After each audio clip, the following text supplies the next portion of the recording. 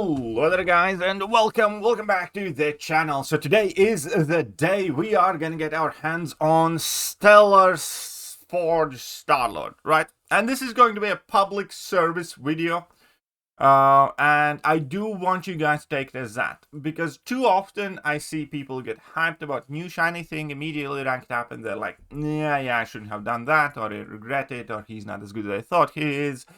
And this is going to be my advice. Star-Lord can be fun, you can like him, but objectively, if we are talking about the metagame and which champions are useful, which champions you're gonna get most value out of, he's mid. He's bad. He has like basically zero utility, and his damage even isn't all that either.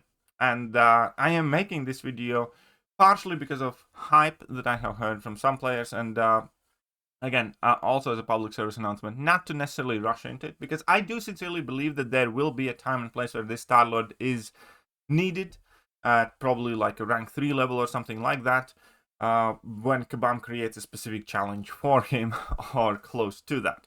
Other than that, there is nothing that he provides that your roster generally doesn't have much better options for. First of all, let's quickly take a look at his abilities, and you can notice that aside from Fractured Power Bar, he basically has zero utility. I suppose increase in combo meter you can count as utility in some of the matchups, which is fair enough. I'm not gonna argue with that, but other than that, what does he do? Does he stop evade, miss, anything? Nope. Does he reduce ability accuracy? Nope. Does he deal with debuffs? No. So what are his element guns? So vulnerability gives him somewhat more damage, but that's fine. Effectively that's zero utility. He inflicts Incinerate. That is his one piece of like extra additional damage. He can inflict critical Incinerate. Then we have Combo Wave, which again is nothing really. And then Pause element gun options is again kind of nothing. He gets a guaranteed crit on level 2, which again I kind of more so count in the damage department. So we are talking about champion with basically no immunities and access to Incinerate, and that is it. He's obviously fairly bare bones. And then you'd think that his damage is going to make up for it. He's going to be the damage god. And again, this is not, and I want to make this very clear, this is nowhere, not even remotely close me trying to have a go at any particular content creator or anything of the sort. But if you take a look at obviously the Seaton's video, I actually do give him a pass. He just says I love him. That's fine. That's subjective opinion. But again, insane god tier damage, sensational stuff like that. He really isn't, because as we just discussed, he has very crappy utility, basically non-existent utility. And even in a damage department, he's not that stellar. There are vastly superior champions out there. As kind of a benchmark, you can use, I guess, this fight where we have 3-minute takedown of Thorgen Foster, which is a standard Labyrinth health pool. And then in this thread, people did like a very good job immediately comparing. For instance, Lumitrix does the same amount of health pool in 2 minutes 38. We don't look at Lumitrix as like insane beyond, god tier damage. He's good. He's good. But he's not like sensational damage dealer. A rank lower, Starkhand Spider-Man did 326. But that's a rank lower. A rank 4 Starkey would be faster.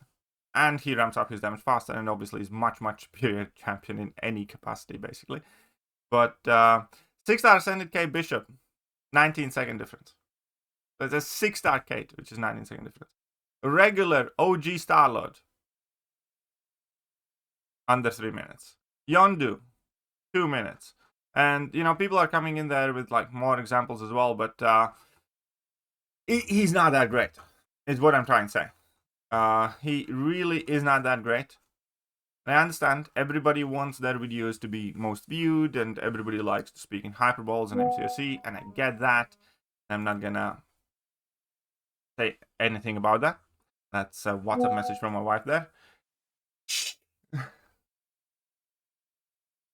But there we are. The one good thing Star-Lord has going for him, the one good thing, is going to be his prestige. He's going to be in top 20 prestige. So if you can see people ranking him up to rank 4 from some big accounts, make no mistake, that's largely going to be because of the prestige. I believe he lands in somewhere around this area, prestige-wise, around spot number 20 or 19. And that is like the one good thing about him. And on a personal level, I'll probably, will take him to like rank 3, definitely not rank 4, just so I can make some videos. But again, I expect about 0 kind of value out of that rank up until Kabam inevitably does some sort of quest to obtain that Cosmic Doom. Because again, we do have 4 Case champions now, just like we had Deathless, and then we're going to be able to get that Stellar Forged Dr. Doom.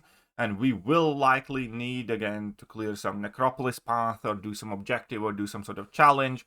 So at some point, I expect Kabam to make this champion, somewhat required at a reasonable rank. And for that, I will take him to rank 3. But again, I will not give him an Awakening Gem because Kabam eventually will make him, will give us an opportunity to awaken him.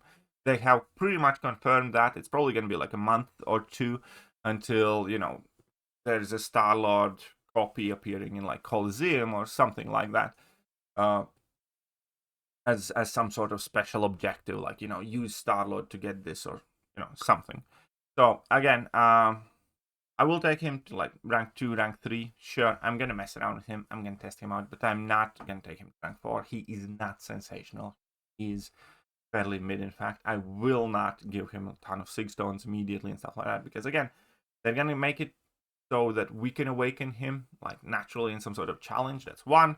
And number 2, there is no more useless 6 stone in the game right now than the Deathless 6 stone.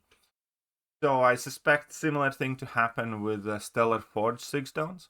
So I will absolutely not feed him any regular 6 stones at the very least, not for now. If you are desperate to do a prestige rank up, fair enough, I get it. I don't necessarily think it is kind of like the most resource optimized choice.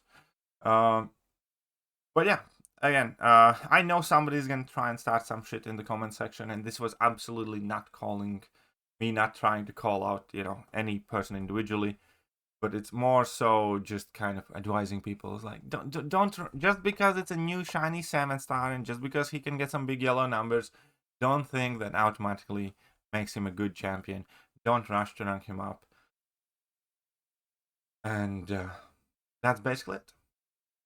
Let me know what you guys think anyways, and I will catch you guys soon. Bye-bye. Hello there guys, and welcome back to the channel. So we have